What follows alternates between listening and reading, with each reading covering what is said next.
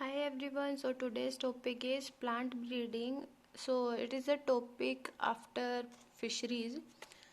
So plant breeding, उससे पहले हम क्या करेंगे कि जो फार्मिंग टेक्निक्स है उनके बारे में पढ़ेंगे। जो ट्रेडिशनल फार्मिंग टेक्निक्स थी उनकी वजह से क्या हुआ कि लिमिटेड बायोमास फूड का लिमिटेड बायोमास प्रोड्यूस हुआ, जो सिर्फ एनिमल्स और ह्यूमंस के लिए एक पर्टिकुलर एरिया में एक लिमिटेड अमाउंट तक अवेलेबल था, वो सबके लिए अवेलेबल नहीं था। सो बेटर मैनेजमेंट प्रोसीजर्स को यूज़ किया गया, जिसकी वजह से क्या हुआ कि यील्ड तो इम्प्रूव हुई पर वो लिमिटेड एक्सटेंट तक इम्प्रूव हुई। सो उसके बाद प्लांट ब्रीडिंग आई। Plant breeding as a technology has helped has helped to increase yield to a very large extent.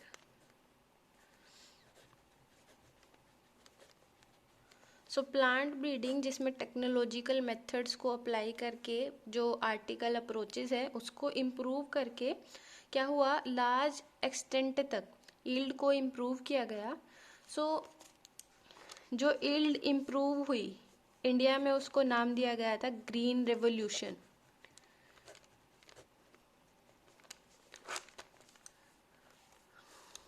So plant breeding is the purposeful, मतलब हम इंटेंशनली मैन्युपुलेट कर रहे हैं, purposefully manipulation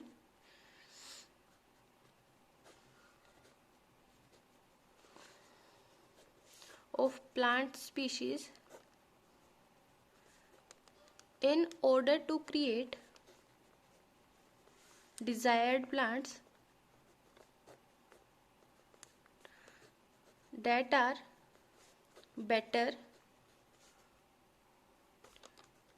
suited for cultivation, give better yields, and they are disease resistant.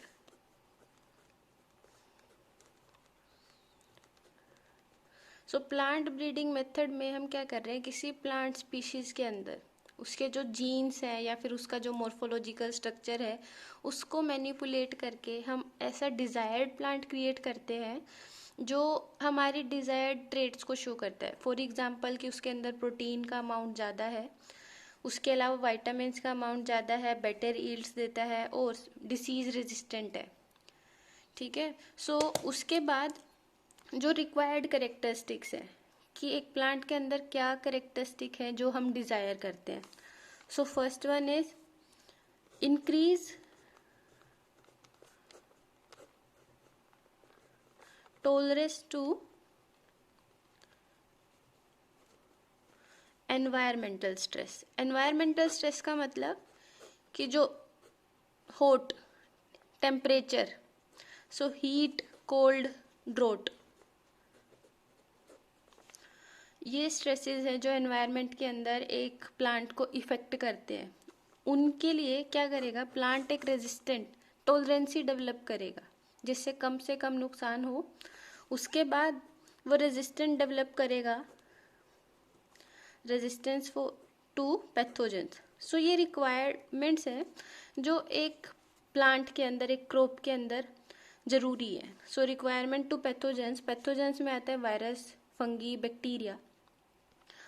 उसके अलावा yield improve हो, biomass improve हो, tolerance to stress. इसका लिंक इसलिए है कि जो एक नई प्लांट स्पीशीज बनाई जाती है वो टॉलरेंट हो, क्योंकि वो सिर्फ एक पर्टिकुलर एरिया में ग्रो नहीं करवाई जाएगी, उसको जो कंट्री है उसके डिफरेंट डिफरेंट पार्ट्स में ग्रो करवाया जाता है जहाँ पे अलग अलग एनवायरमेंटल कंडीशंस अवेलेबल हैं।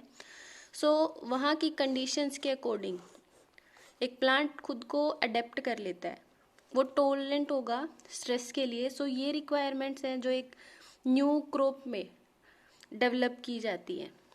So the main steps in breeding, genetic variety है जो क्रॉप की उसको प्रोड्यूस करने के लिए मेन स्टेप्स क्या है एक नई क्रॉप को प्रोड्यूस करने के लिए? First is collection of variability. So कोई भी प्लांट है या एनिमल है उसकी एक स्पीशीज अवेलेबल नहीं होती। फॉर एग्जांपल अगर हम एक प्लांट ले रहे हैं तो उसकी एक से ज़्यादा स्पीशीज अवेलेबल होंगी और उसकी जो रिलेटिव स्पीशीज हैं वो भी अवेलेबल होंगी। सो उनको कलेक्ट किया जाता है, उसके जर्म प्लाज्म को, मतलब उसका जो जेनेटिक मटेरियल है, अलील्स हो गए, उसके जो जितने भी जीन्स हैं उस क्रॉप से रिलेटेड जितने भी जीन्स हैं, वाइल्ड हैं या फिर जो रिलेटेड स्पीशीज में है, उनको कलेक्ट किया जाता है। So collection having all the diverse alleles for all genes in a given crop is called germplasm collection. कि हम सारे डाइवर्स अलील्स हैं, जो डिफरेंट अलील्स हैं। अलील्स क्या होते हैं? जैसे हमने एग्जाम्पल मेंडल के उसमें पढ़ा था कि एक जीन के 2 से ज़्यादा फॉर्म अवेलेबल होती हैं जो मॉर्फोलॉजिकली उसकी फिनोटिपिकल कैरेक्टर को वेरी करती है। सो ये दोनों अलील सेम हो गए, डिफर कर रहे हैं ये अलील्स। सो एक स्पीशीज के जितने भी डिफरेंट अलील्स हैं उनको कलेक्ट कर लिया जाता है, जितने भी जीन्स हैं। सो उसे हम बोलते हैं जर्म प्लाज्म कलेक्शन। सो वेरिएबिलिटी के लिए एक क्रॉप से रिलेटेड जितनी भी स्पीशीज हैं उनके जीन्स को कलेक्ट कर लिया जाता है। सेकेंड स्टेप आता है evaluation and selection of parents. So अब जीन्स को कलेक्ट करने के बाद इसमें से जो superior male and female characteristics show कर रहे हैं उनको चूज़ किया जाता है, उन स्पीशीज़ को सिलेक्ट किया जाता है जो हमारे डिजायर्ड कैरेक्टर को शो करती है। सो पेरेंट्स सिलेक्ट होते हैं जो सुपीरियर ट्रेट्स कैरी कर रहे होते हैं, जो हमारे लिए डिजायरेबल हैं। उसके बाद cross hybridisation.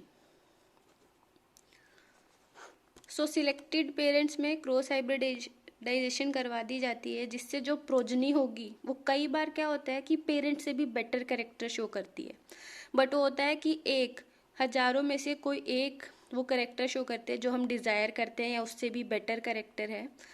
So cross hybridisation होती है, बट ये एक टीडियस प्रोसेस है, बहुत लंबी प्रोसेस है। क्योंकि क्या होता है कि जो मेल प्लांट है उससे पोलन को चूज़ किया जाता है, फिर उसे फीमेल प्लांट के जो स्टिग्मा है उस पर इंट्रोड्यूस किया जाता है।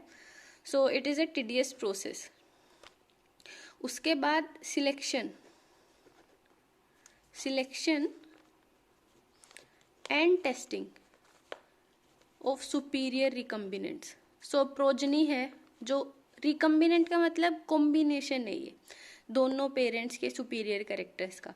सो अब जो प्रोजनी है उसमें से उन प्लांट्स को चूज़ किया जाता है जो सुपीरियर कैरेक्टर शो करते हैं, जो हमारी डिज़ायर्ड ट्रेट्स को शो करते हैं, उनका सिलेक्शन होता है। लास्ट स्टेप क्या आता है? लास्ट स्टेप है जो वो है testing, release and commercialisation of new cultivators. So progeny को सिलेक्ट कर लिया, अब उसके बाद क्या होता है कि उसकी टेस्टिंग की जाती है, उसे लैब कंडीशंस में ग्रो करवाया जाता है, अलग अलग एनवायरमेंटल स्ट्रेस दिए जाते हैं, सैलिनिटी स्ट्रेस की सॉइल के अंदर सोल्ट ऐड कर दिया जाता है कि कितना वो टॉलरेट कर पाता है प्लांट। ऐसे ही हीट और कोल्ड कंडीशन दी जाती है लैब के अंदर। उसके बाद जब लैब की जो टेस्ट है उनको जो प्लांट स्पीशीज क्लियर कर लेती है, उसको फिर फील्ड में इंट्रोड्यूस किया जाता है। फील्ड में फिर अप्रोक्सीमेटली 3 जनरेशन्स तक उस प्लांट को ग्रो करवाया जाता है फील्ड में, जो कंट्री है उसके अलग अलग पार्ट्स में, ये देखने के लिए कि वो जो प्लांट स्पीशीज़ है, जो न्यू प्लांट स्पीशीज़ है, वो अडेप्ट कर पा रही है कि नहीं।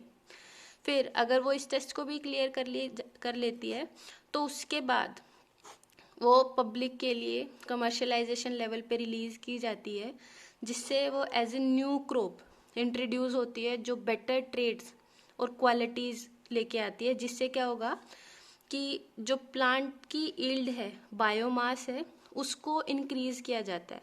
सो ग्रीन रेवोल्यूशन में ये स्टेप्स थे जो वो इंट्रोड्यूस किए गए थे जिससे क्या हुआ कि जो यील्ड है उसको इम्प्रूव किया गया, जो क्वालिटीज़ है और जो उसके अंदर प्रोटीन या विटामिन्स के कंटेंट है उसको इम्प्रूव किया गया। So that's all for today, thank you.